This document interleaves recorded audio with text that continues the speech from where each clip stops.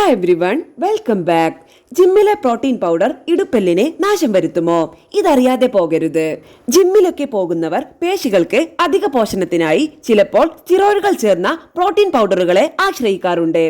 എന്നാൽ ഇവയുടെ അമിതോപയോഗം പ്രായമായവരിൽ കാണപ്പെടുന്നത് പോലുള്ള ഇടുപ്പ് വേദന യുവാക്കളിലും ഉണ്ടാക്കാമെന്ന് പുതിയ പഠനം. എല്ലുകളിലെ കോശ സംയുക്തങ്ങൾ ആവശ്യത്തിന് രക്തം ലഭിക്കാതെ നശിച്ചു പോകുന്ന അവാസ്കുലർ നെക്രോസിസിന്റെ കാരണങ്ങളിലൊന്ന് സ്റ്റിറോയിഡ് ഉപയോഗമാണ്. ദീർഘകാലത്തേക്ക് വലിയ ഡോസിൽ കഴിച്ചാൽ സ്റ്റിറോയിഡുകൾ എല്ലുകളിലേക്കുള്ള രക്തവിതരണത്തെ തടസ്സപ്പെടുത്തും. 20കളിലും 30കളിലുമുള്ളവരിൽ ഇടുപ്പെല്ല് സംബന്ധമായ പ്രശ്നങ്ങൾ സ്റ്റിറോയിഡ് ഉപയോഗം മൂലം ഉണ്ടാകാം. ഇടുപ്പ് വേദന, നടക്കാൻ ബുദ്ധിമുട്ട്, പേശികൾക്കും എല്ലുകൾക്കും പിരിമുറുക്കം എന്നിവയെല്ലാം ചിലരിൽ കാണപ്പെട്ടു വരുന്നു. സ്റ്റിറോയിഡുകളുടെ ഉപയോഗം കരളിനും ഹൃദയത്തിനും പ്രശ്നങ്ങൾ ഉണ്ടാക്കാം.